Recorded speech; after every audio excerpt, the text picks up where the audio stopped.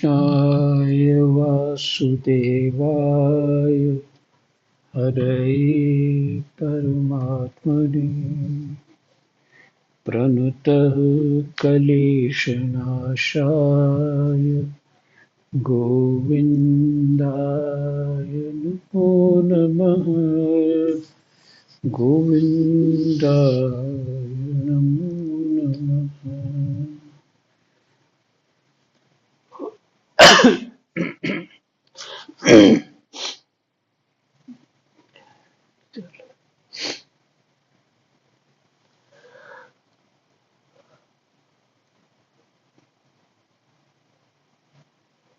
जी, अ, हमारा श्लोक संख्या क्या है? महाराज जी 22 श्लोक पर विश्राम हुआ था, जी, चौथा अध्याय। बहुत कम पढ़े। ठीक है, 7 श्लोक ही। राम राम। विचित्र है, कथा के समय ही खांसी शुरू होती है। राम जाने क्या खेल है। वैसे सारा दिन थोड़ा कम बोलते हैं तब नहीं होती। हम्म,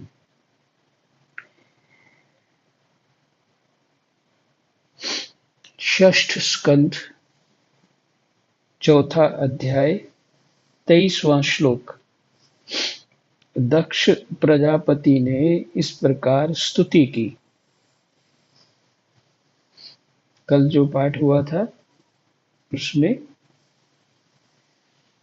जो 22वां श्लोक है उसको पढ़ते हैं। प्रजापति दक्ष ने इंद्रियातीत भगवान की हंस गुह्य नामक स्तोत्र से स्तुति की थी। उसी से भगवान उन पर प्रसन्न हुए थे।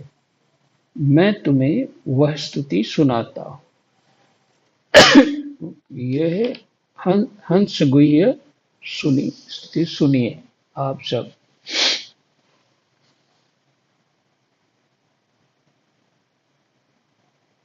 इस शुकदेव जी कह रहे हैं दक्ष प्रजापति ने जो स्तुति की। भगवान आपकी अनुभूति, आपकी चित्त शक्ति अमोघ है। आप जीव और प्रकृति से परे, उनके नियंता और उन्हें सत्ता स्फूर्ति देने वाले हैं। आप जीव और प्रकृति से परे हैं।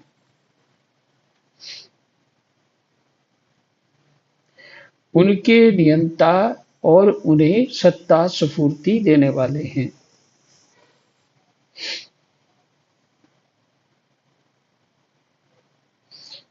जो हम सब हैं ये जीव संज्ञा है, सब जीव हैं। और प्रकृति, यहाँ पे प्रकृति का अर्थ यही है भगवान की माया शक्ति। माया शक्ति और आत्मा दोनों। राम राम महाराज जी, आपका म्यूट हो गया। अच्छा, पता नहीं कोई इसमें कुछ मैसेज आया है, क्या हुआ। हाँ ठीक, राम जाने। टेप टू रिकॉर्ड है।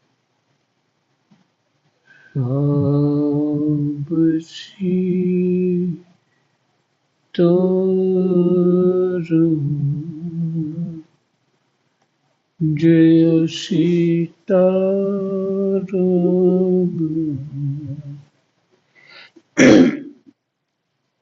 ये नया खेल शुरू हो गया। ये कोई रिंग आती है या क्या होता है, वो हो जाता है म्यूट। तो प्रकृति भगवान की माया शक्ति और जी आत्मा की, जो शुद्ध आत्मा, उसकी जीव संज्ञा कब होती है? जब प्रकृति आत्मा से दोनों एक रूप हो जाते हैं, तब जीव संज्ञा हो जाती है। तो हम प्रकृति, हमारी आत्मा इस प्रकृति को लेके चल रही है, दोनों एक रूप हो बैठे, है ना। आत्मा ही इस शरीर को, माने इस प्रकृति को ये मान रही है कि मैं ही हूँ।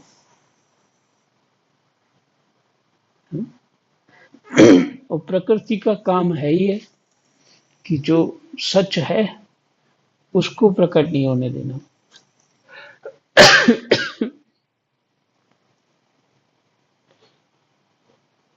प्रकृति माया है ना, भगवान की शक्ति है, वो माया है। तो अब जीव का काम है, जीव का क्या काम क्या है कि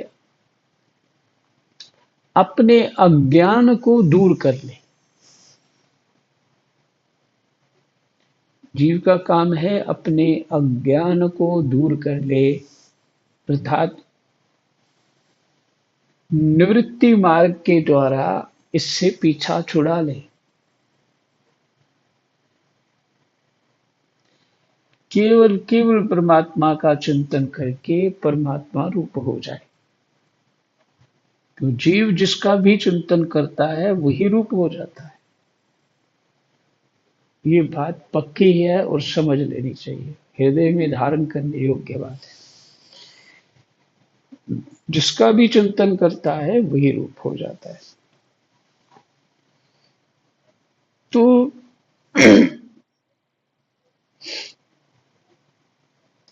आप जीव और प्रकृति से परे हैं। भगवान जो जीव से और प्रकृति से परे है, स्पष्ट है। उनके नियंता और उन्हें सत्ता स्फूर्ति देने वाले हैं। उनके नियंता भी हैं, नियंत्रण करने वाले भी हैं, और उनको सत्ता स्फूर्ति, उन सब में बैठ करके उन सभी जीवों में भगवान ही है, माने वो आत्मा ही है और सर्वत्र है, समान है। इसलिए ये शब्द है वो सत्ता स्फूर्ति देने वाले हैं। और आत्मा निकल जाए तो शरीर तो किसी अर्थ का नहीं है। सूक्ष्म शरीर भी रह जाएगा और स्थूल तो चला ही जाएगा।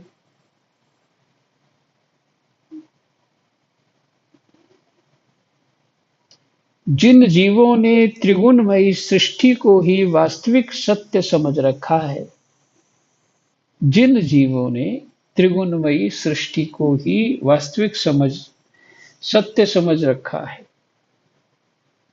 कि यही सत्य है, जो सृष्टि दिख रही है हमको, ये कैसे दिख रही है? आंख से दिख रही है, वो एक इंद्रिय है। कान इंद्रिय, नाक इंद्रिय, इन सब से अलग अलग तत्वों का अनुभव होता है।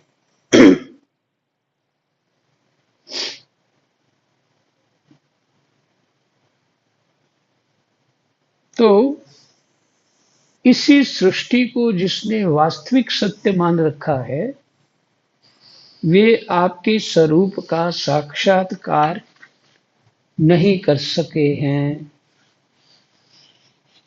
वो नहीं कर सकते।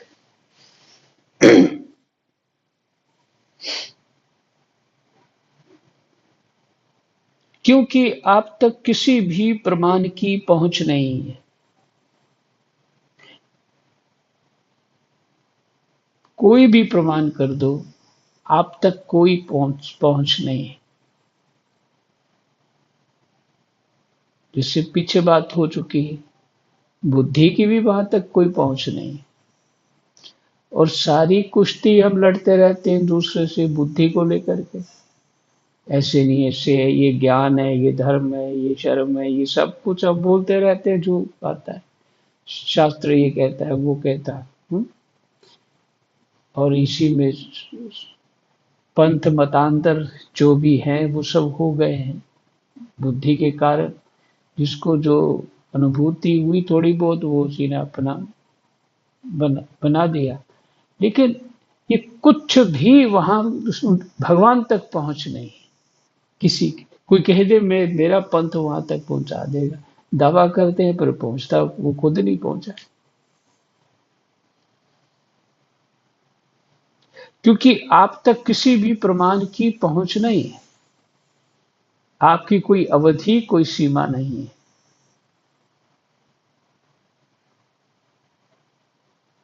बने आप इतने हैं ये भी नहीं है और कोई सीमा नहीं है।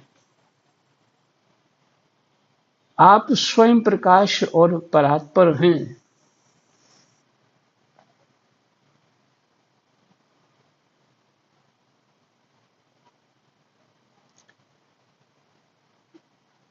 मैं आपको नमस्कार करता हूं।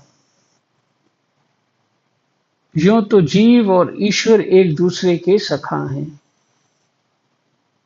तथा इसी शरीर में इकट्ठे ही निवास करते हैं, जीव और ईश्वर। परंतु जीव सर्वशक्तिमान आपके सख्य भाव को नहीं जानता। परंतु जीव जीव जो है, मैंने हम लोग जो है, वो भगवान के सर्वशक्तिमान आपके सख्य भाव को नहीं जानता। मित्र भाव जो है परमात्मा को का जो हमारे लिए, उसको नहीं जान पाता। ठीक वैसे ही जैसे रूप, रस, गंध आदि विषय अपने प्रकाशित करने वाली नेत्र, घ्राण आदि इंद्रिय वृत्तियों को नहीं जानते।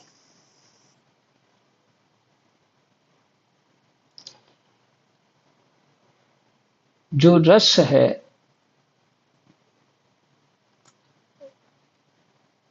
वो जीवा को नहीं जान सकता, क्योंकि रस का अनुभव जीवा पे होता है। गंध जो है वो नाक को नहीं जान सकता।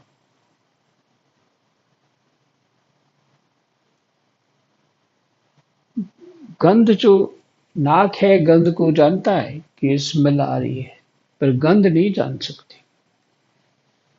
ठीक है।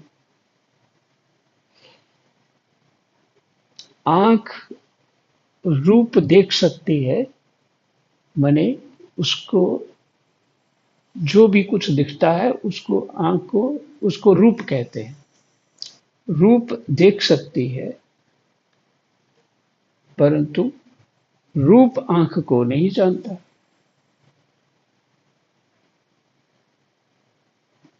इसी तरह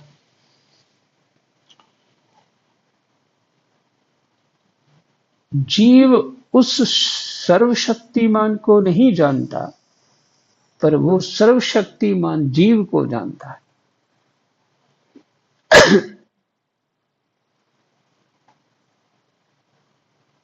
विषय अपने प्रकाशित करने वाली नेत्र, घ्राण आदि इंद्रिय वृत्तियों को नहीं जानते, क्योंकि आप जीव और जगत के दृष्टा हैं। दृश्य नहीं है। भगवान क्या है? दृष्टा है।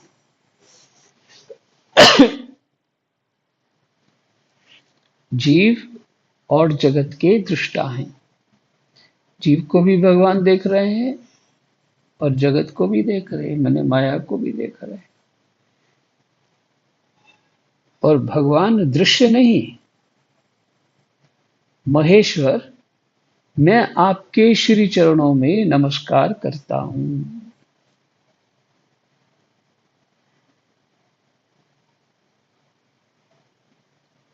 महेश्वर, मैं आपके श्री चरणों में नमस्कार करता हूं। देह, प्राण, इंद्रिय, शरीर, प्राण, इंद्रिय, अंतःकरण की वृत्तियां। अंतःकरण की वृत्तियां, मन का काम है संकल्प विकल्प करना, ये उसकी वृत्ति है मन की, है ना। बुद्धि का निश्चय करना, ये उसकी वृत्ति है। अहम की वृत्ति अपने अपने आइडेंटिटी स्थापित करना, ये अहम की वृत्ति है।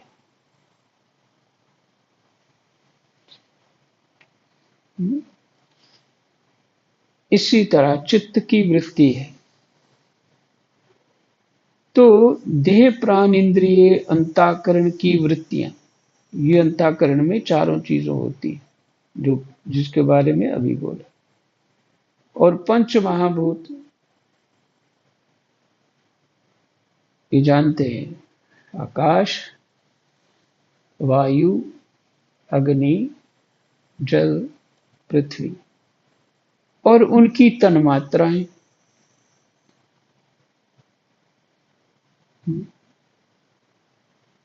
ये उनकी तन्मात्राएं। आकाश की तन्मात्रा क्या है?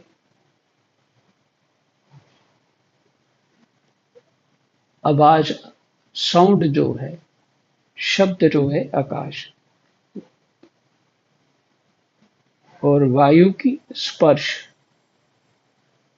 और अग्नि की रूप। लेकिन लगता होगा अग्नि जलाती है इसलिए उसका स्पर्श होना चाहिए, नहीं, रूप है। स्पर्श वायु का गुण है, जल का गुण रस है और पृथ्वी का रूप गंध, तन्मात्रा गंध है। अंतःकरण की वृत्तियां, पंच महाभूत और उनकी तन्मात्राएं, ये सब जड़ होने के कारण अपने को और अपने से अतिरिक्त को भी नहीं जानते। विचारने योग्य बात है। अपने को और अपने के से अतिरिक्त को भी नहीं जानते, परंतु जीव इन सब को और इनके कारण सत्व, रज और तम, इन तीन गुणों को भी जानता है, जीव जानता है। परंतु वह भी दृश्य अथवा ज्ञेय रूप से आपको नहीं जान सकता। जिस तरह ये अपने मूल को नहीं जान सकते, पंचभूत इत्यादि नहीं जान सकते, उसी तरह जीव भी उस परमात्मा को, जिससे उसकी सत्ता है, जीव की सत्ता है परमात्मा से, जीव भी नहीं जान पाता।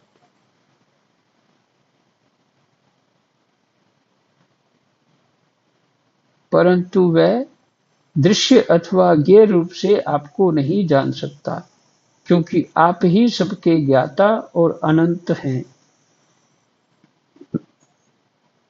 इसलिए प्रभु, मैं तो केवल आपकी स्तुति करता हूं। जब समाधि काल में प्रमाण, विकल्प और विपर्य रूप विविध ज्ञान और स्मरण शक्ति का लोप हो जाने से इस नाम रूपात्मक जगत का निरूपण करने वाला मन उपरत हो जाता है, उस समय बिना मन के भी केवल सच्चिदानंदमयी अपनी स्वरूप स्थिति के द्वारा आप प्रकाशित होते रहते हैं।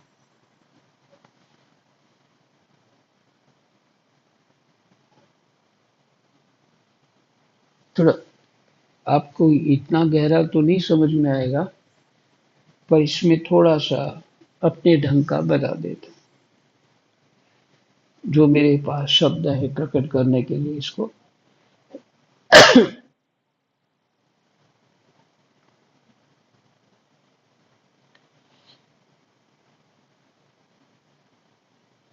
कि बुद्धि का तो, बुद्धि परमात्मा बुद्धि को जानते हैं, पर बुद्धि परमात्मा को नहीं जान सकती। ये तो बात समझ आ गई होगी। जो उससे परे है आत्मा, और आत्मा और परमात्मा में भेद नहीं है। और समाधि अवस्था में बुद्धि, मन, इंद्रिय सब जो है वो लोप हो जाते हैं समाधि अवस्था में।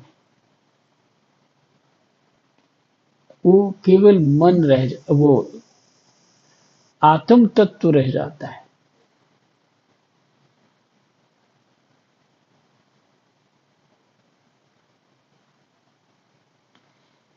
तो इसका कहना है उस समय बिना मन के भी केवल सच्चिदानंदमयी अपनी स्वरूप स्थिति के द्वारा आप प्रकाशित होते रहते हैं। प्रभु आप शुद्ध हैं और शुद्ध हृदय मंदिर ही आपका निवास स्थान है।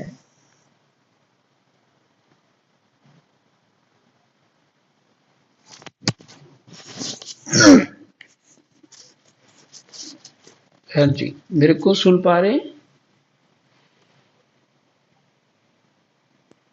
जी महाराज जी। जी महाराज जी सुन पा रहे हैं। हाँ जी सुन पा रहे हैं महाराज। एक्चुअल में क्या हुआ कि मेरा वो जो ईयरबड है वो नीचे गिर गया था और फिर कभी बंद भी हो जाता है। तो ठीक है, अच्छा है।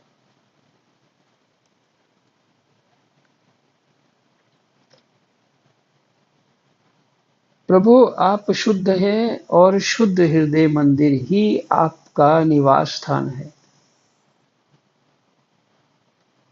आपको मेरा नमस्कार है। महाराज जी म्यूट हो गया अब आपका। अच्छा जी, ठीक है। हो गया ऑन? जी महाराज जी अब हो गया है।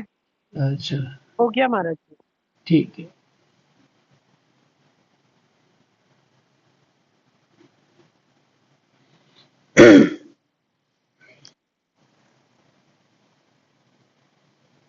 तो शुद्ध हृदय, शुद्ध हृदय वही अंतःकरण की शुद्धि, मन विषयों में नहीं, अपने धर्म कर्म में, ये शुद्धता है। अहंता ममता नहीं, सेवा बुद्धि, क्योंकि प्रकृति का शरीर है और प्रकृति ही सबके लिए काम करेगी। तो ये तुम्हारा शरीर नहीं है और ये जो शरीर मेरा नहीं है, प्रकृति का है।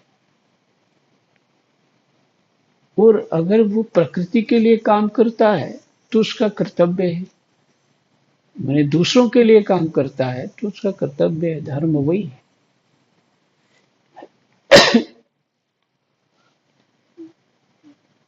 तो प्रकृति का शरीर है, वो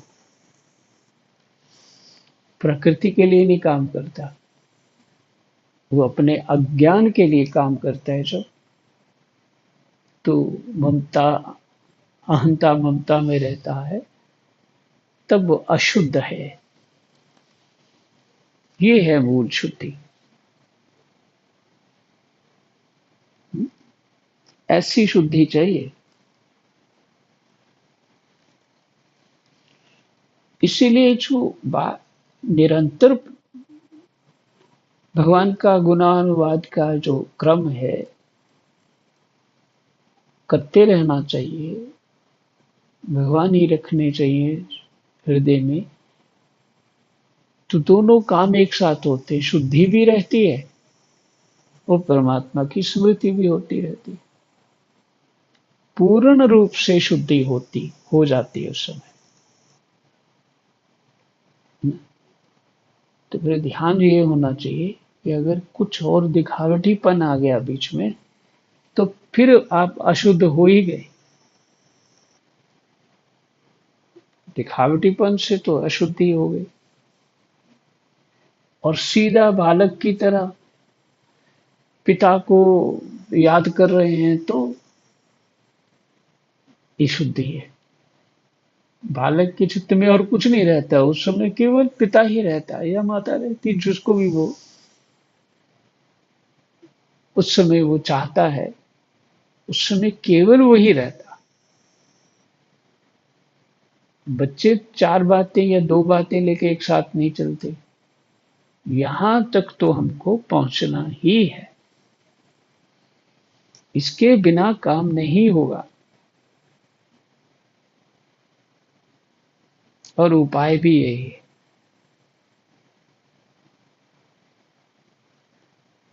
भगवान का गुणानुवाद, नाम जप, और प्रपंच में जो हमारी संलिप्तता जो अधिक है, उसको कम से कम किया जाए, व्यवहार योग्य किया जाए, तभी हो पाएगा। क्योंकि प्रपंच ज्यादा करोगे तो ज्यादा बातें करोगे तो फिर आदत तो है ही हर बात छुपाने की, तो अशुद्धि है ये। छुपाना भी अशुद्धि है, चौरे शब्द है ये। पर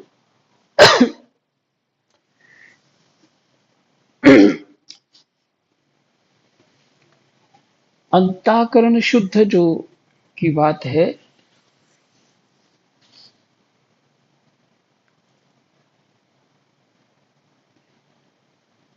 मेरी दृष्टि में वो बालक जो है, बहुत छोटा जो बालक है, जब वो माँ को पुकारता है तो केवल माँ को ही पुकारता है। अगर पिता को पुकारता है तो केवल पिता को ही पुकारता, और कहीं बुद्धि नहीं। और फिर एक बात पहले भी सुनाई है, इसी बात को फिर से मैं सुना देता हूँ। वो ये, हम जब हमारा वेश हुआ, साधु वेश हुआ, तब हमें एक पुस्तक दी गई। उसको कहते हैं रामपटल। हर हर संप्रदाय का अपने ढंग का एक वो पुस्तक होता है कि आपकी दिनचर्या कैसी होनी चाहिए। आपने उठना है तो कौन सा मंत्र बोलना है, आपने जमीन में पैर रखना उठते हुए तो कौन सा मंत्र बोलना है, आपने शौच के लिए जाना है तो कौन सा मंत्र बोलना है, स्नान करना है तो कौन सा मंत्र बोलना है, शिखा बांधनी है तो कौन सा मंत्र बोलना है, कपड़े को निचोड़ना है तो कौन सा मंत्र बोलना है, अपने नियम में बैठना तो कौन कौन से मंत्र हैं वो सब क्या बोलने, पूजा में जाना है तो उसके अलग मंत्र हैं।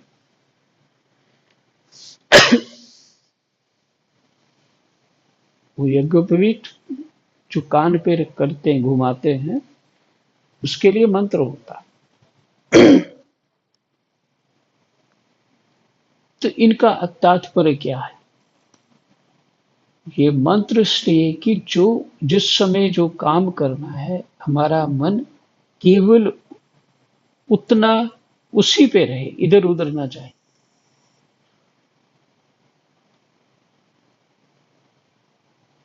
केवल उसी पे रहे, हमारा चित्त वृत्ति जो है, चित्त केवल उतना ही रहे, इधर उधर ना जाए और कुछ ना सोचे।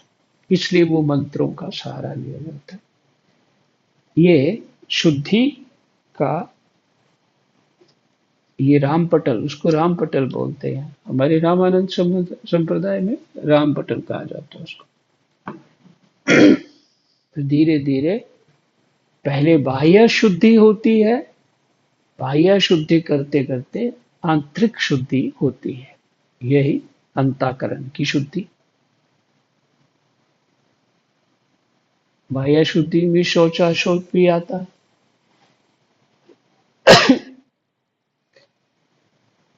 तो उस शुद्ध हृदय में ही भगवान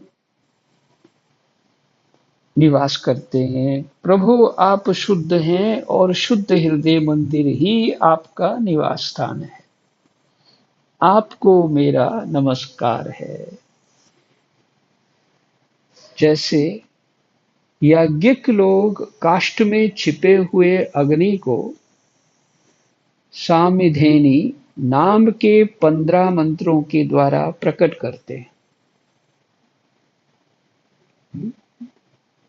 काष्ठ में छिपे हुए, लकड़ी में आग तो रहती, इसलिए कहा छिपी हुई। अग्नि को सामिधेनी नाम के 15 मंत्रों के द्वारा प्रकट करते हैं।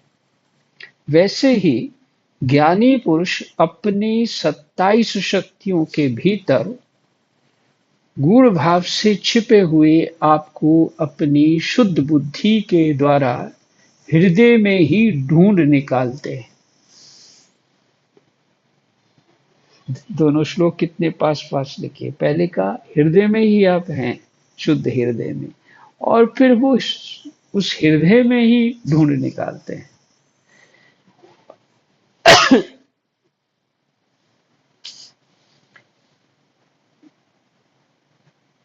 जगत में जितनी भिन्नताएं देख पड़ती हैं, वे सब माया की ही हैं। माया का निषेध कर देने पर केवल परम सुख के साक्षात्कार स्वरूप आप ही अवशेष रहते हैं। फिर से, जगत में जितनी भिन्नताएं दिख पड़ती हैं, मैंने अलग अलग वस्तुएं दिख रही हैं, वे सब माया की ही हैं, माया द्वारा ही है। माया का निषेध कर देने पर निषेध कैसे होगा? सच्चा निषेध तो ऐसे ही होगा जो वैसे बताया है। पहले तो शुद्ध करें अपने आप को, तो माया का निषेध होगा। सत्संग के द्वारा, स्वाध्याय के द्वारा, भगवान की सेवा पूजा के द्वारा माया का ही निषेध होता।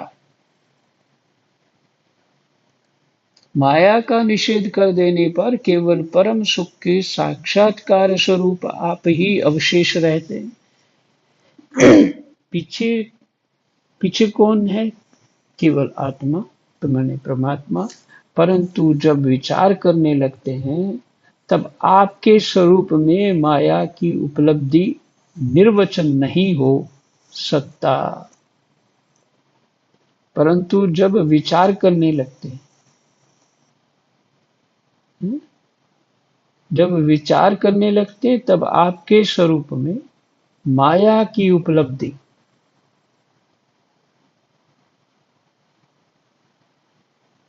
स्वरूप में माया की उपलब्धि, आपके स्वरूप में माया की उपलब्धि नहीं हो सकता। इसका वचन निर्वचन नहीं हो सकता। माया, सीधी बात है कि माया के द्वारा आपका निर्वचन नहीं हो सकता। माने प्रकृति अर्थात बुद्धि के द्वारा आपका निर्वचन नहीं हो सकता।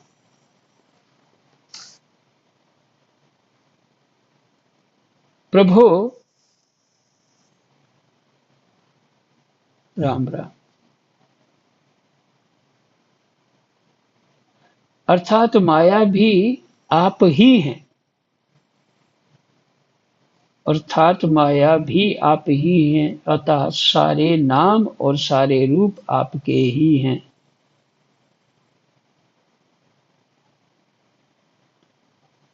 देखो, अब यहां पहले कैसे कहा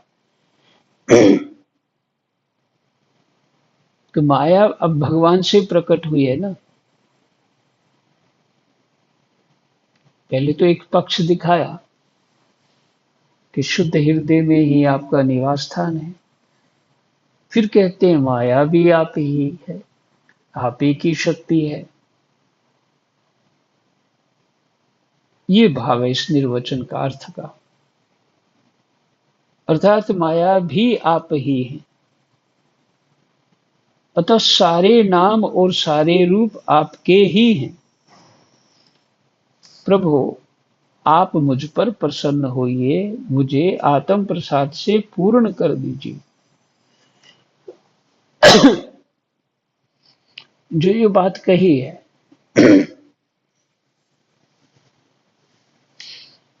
साधक को पहले ये बातें बता दी जाएं कि माया अलग है और भगवान अलग है, तो अपनी बुद्धि वो अपना पूरा उसका चिंतन वहां घूमता रहेगा। साधक उसमें पहले पक्का हो जाए, फिर उसके बाद ये कहे, उसके बाद, क्योंकि ये भगवान की ही शक्ति है, अविद्या विद्या दोनों। तो अविद्या भी भगवान की शक्ति है। इसलिए वो कह रहे हैं, प्रभु आप मुझ पर प्रसन्न हुए, मुझे आत्म प्रसाद से पूर्ण कर दीजिए। अर्थात माया भी आप ही हैं। ये पछती नहीं है ना बात। जब समझ बहुत गहरी उतर जाए, बहुत गहरी उतर जाती है समझ, तब वो ऐसा अनुभव कर सकता है या कह सकता है। इसलिए इन वचनों को मैं जल्दी खोलता नहीं। मेरा प्रयास होता है इसको दबा के रखो, लेकिन पाठ में आएंगे तो बोलना पड़ेगा। माया तो भगवान की ही शक्ति है, पर इधर स्पष्ट लिखा है कि माया भी आप है। तो फिर शुद्ध करने की आवश्यकता क्या है? जो इतना पीछे प्रवचन हो गया, तो उसको शुद्ध करने की फिर आवश्यकता क्या है? इसलिए और गहरा विश्लेषण होगा इसके ऊपर, क्या कि माया जो है कैसे और किस रूप में आप है। ठीक है, लेकिन अभी कुछ नहीं, उसकी लंबी बात नहीं होगी। आगे जब कोई पाठ आएंगे उसमें थोड़ा थोड़ा करके उसके भी बात होगी, परंतु फिर जीव सीधा ही पहुंच जाएगा। नहीं तो अगर माया सब कुछ है, माया भी परमात्मा का स्वरूप है, तो ठीक है, हम माया में है, कोई टेंशन नहीं है। तो फिर भजन की भी करने की जरूरत नहीं। तो किस तरह इसको समझना है, ये भेद है।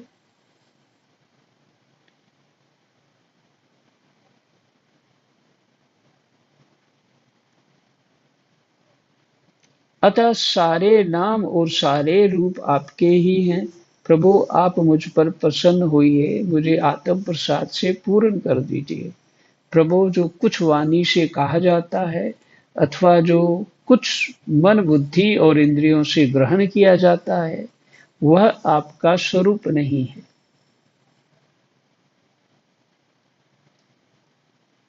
अब ये मन बुद्धि इत्यादि इंद्रियां, ये क्या है? ये तो माया का स्वरूप है। तब कह रहे हैं ये आपका स्वरूप नहीं। ऊपर वाले वचनों में इस वचन में भेद हो गया तुरंत। अब सिर्फ जो माया भी आप ही हैं, वो तो निश्चित है कि भगवान की शक्ति है, लेकिन कैसे वो शक्ति है, किस तरह की शक्ति है, और वो जिनको भगवान रूप कहा है वो किस तरह का भगवान है, फिर कभी बात करेंगे उसमें। प्रभु जो कुछ वाणी से कहा जाता है अथवा जो कुछ मन बुद्धि और इंद्रियों का ग्रहण किया जाता है, वह आपका स्वरूप नहीं है, क्योंकि वह तो गुण रूप है और आप गुणों की उत्पत्ति और प्रलय के अधिष्ठान हैं। आप में केवल उनकी प्रतीति मात्र है। भगवान आप में ही ये सारा जगत स्थित है, आपसे ही निकला है और आपने और किसी के सहारे नहीं, अपने आप से ही इसका निर्माण किया है। ये आपका ही है और आपके लिए ही है। इसके रूप में बनने वाले भी आप हैं। जगत जो बना है वो भी आप ही हैं। जैसे स्वप्न की बात कई बार आपको सुनाई, स्वप्न में सब कुछ आप ही होते हैं और बनाने वाले भी आप ही हैं। बनने बनाने की विधि भी आप ही हैं। आप ही सबसे काम लेने वाले भी हैं। जब कार्य और कारण भेद नहीं था, तब भी आप स्वयं सिद्ध स्वरूप से स्थित थे। इसी से आप सबके कारण भी हैं। सच्ची बात तो यह है कि आप जीव जगत के भेद, स्वगत भेद से सर्वथा रहित हैं, एक अद्वितीय हैं, आप स्वयं ब्रह्म हैं, आप मुझ पर प्रसन्न हो। आज यही विश्राम करेंगे। पाठ गूढ़ है, जो बार बार सुनता है, बार बार सुनता है इसको ना, जो अंतिम मैंने 2-4 श्लोक बोले, तो कुछ थोड़ा सा पल्ले पड़ता है। ठीक है।